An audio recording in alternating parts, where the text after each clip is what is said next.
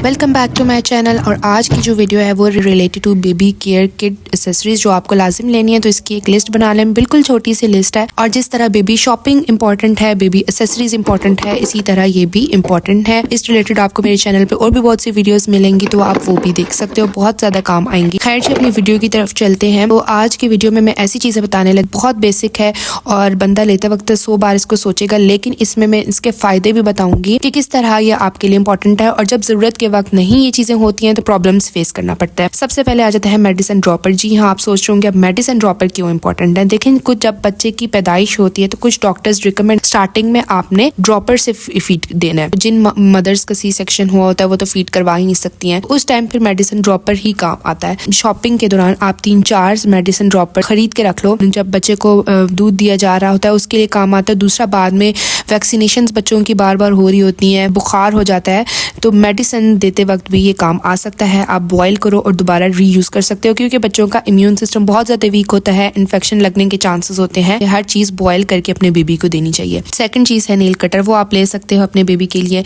अच्छा, कुछ माएँ जो है ना नेल कटर यूज करते वक्त डरती हैं, तो आजकल इसकी अच्छी रिप्लेसमेंट आई हुई है नेल ट्रिमर, वो आप ले सकते हो। लेकिन नेल ट्रिमर आप सिर्फ 4 से 5 मंथ तक यूज कर सकते हो, क्योंकि इसके बाद नेल ट्रिमर जब आप यूज करते हो तो वो बहुत ज्यादा टाइम लेता है बच्चों के नेल काटने पे। स्टार्टिंग में तो नेल ट्रिमर यूज कर सकते हो, वो एक अच्छी चीज है, बाद में आपको नेल कटर लाजमी लेना है। इसके बाद आ जाता है baby teeth brush. Teeth brush जो है वो एक सिलिकॉन के आजकल मिलते हैं। बेसिकली इसका ये मकसद है बच्चे मुंह की जो सफाई है वो इससे की जाती है, क्योंकि अक्सर बच्चे दूध भी फेंकते हैं, तो जो वो दूध होता है बच्चों के मुंह में रह जाता है, इसकी मदद से हम लोग वो साफ कर सकते हैं। इस तरह बच्चे को इन्फेक्शन नहीं होता है, बच्चों के मुंह से स्मेल वगैरह नहीं आती है। इसके बाद है जी नेक्स्ट है डिजिटल थर्मामीटर। अच्छा, अब 2 तरह के थर्मामीटर हैं, जिससे एक तो बच्चों के जो सेट के साथ मिलते हैं, वो एक नॉर्मल हल्के फुल्के थर्मामीटर होते हैं, जिससे आप बच्चे को नहलाते वक्त जो उसका वाटर टेम्परेचर उससे मेजर कर सकते हो, रूम टेम्परेचर के लिहाज से आप उसका देख सकते हो। लेकिन बच्चे को बुखार होता है तो उसके लिए आपने एक लाजिम अपने बच्चे के लिए एक अलग थर्मामीटर रख लो, क्योंकि वो एक तो एक्यूरेट मेजरमेंट देता है बच्चे के बुखार के लिए। मैंने जैसे कि पहले बताया है कि बच्चों का इम्यून सिस्टम वीक होता है तो जर्म्स फैलने के ज्यादा खतरा होता है। बेहतर है कि अपने बच्चे की हर चीज सेपरेट रखें।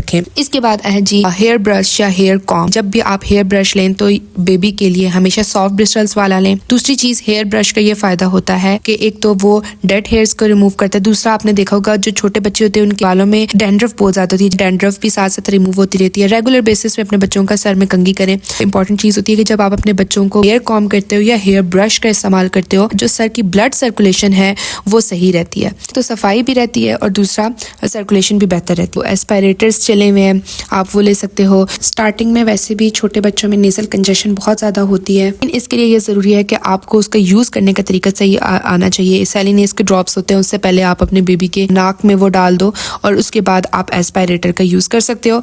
लेकिन इसका ज्यादा इस्तेमाल करने की वजह से आपके बेबी को नेजल इन्फेक्शन भी हो सकता है, कि जब भी आप यूज करो तो इसको पहले अच्छे से बॉईल करो और ज्यादा आपने इसका इस्तेमाल नहीं करना है, क्योंकि ये नेजल पैसेज को ड्राई कर देता है। देन है सिजर।